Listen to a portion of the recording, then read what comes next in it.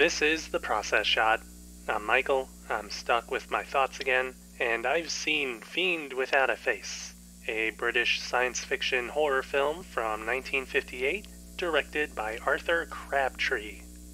Set in Canada for some reason, the movie follows a standoff between the military staff of a new U.S. Air Force installation, the locals who blame them and their radioactive experiments for a string of local deaths, and the underlying threat that could bring doom upon not only both parties, but the world. An Air Force major is tasked with investigating the deaths, growing close to a local woman who happens to be an assistant to a retired professor, who may in fact know more than he lets on. Meanwhile, the locals decide to take matters into their own hands, though to be frank, it goes about as well as you'd expect. Moving on, the movie is pretty empty of substantial material, which is no surprise given how this is pretty much a standard B-movie at the end of the day. There's some good old-fashioned radioactive fear-mongering going on, since I think that this is the point in history where the enemy is either radioactivity, aliens, or communists. But even so, it's pretty much adherent to a basic formula.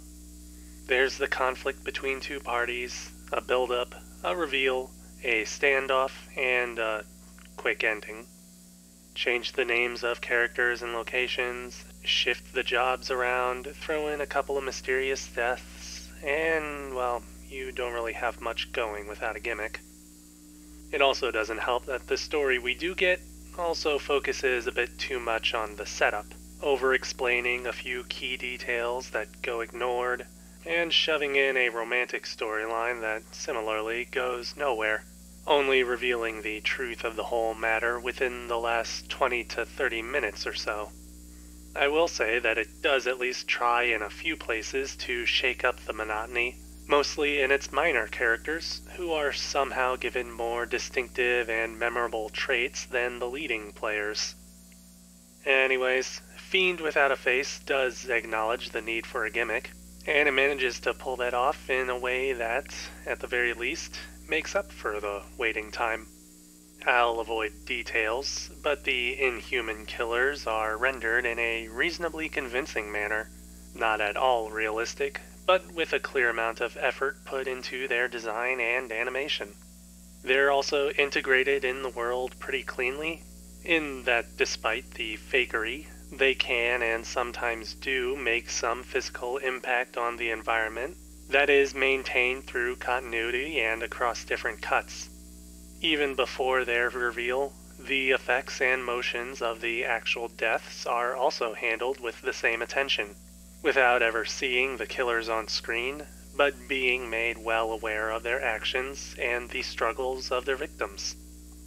The rest of the film's technical elements are, well, still pretty standard for a B-movie, from simple sets that pass as military locations only because of the people inside of them, to stock music and sound effects you hear once and can never not recognize afterwards.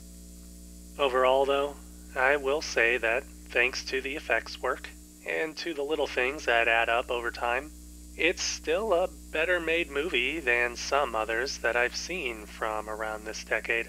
If you're a B-movie aficionado, then it's something you're bound to love. Well, you'll like it, at least.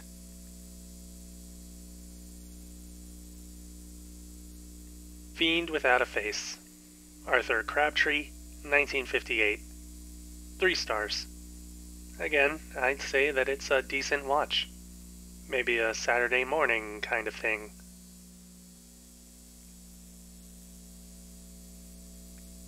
That's it for this review.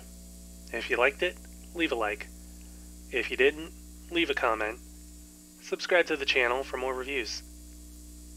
I would have cut some slack on this because it's a B-movie, but I've seen both ends of the quality spectrum and, well, I know the difference. Thankfully, this one's safe.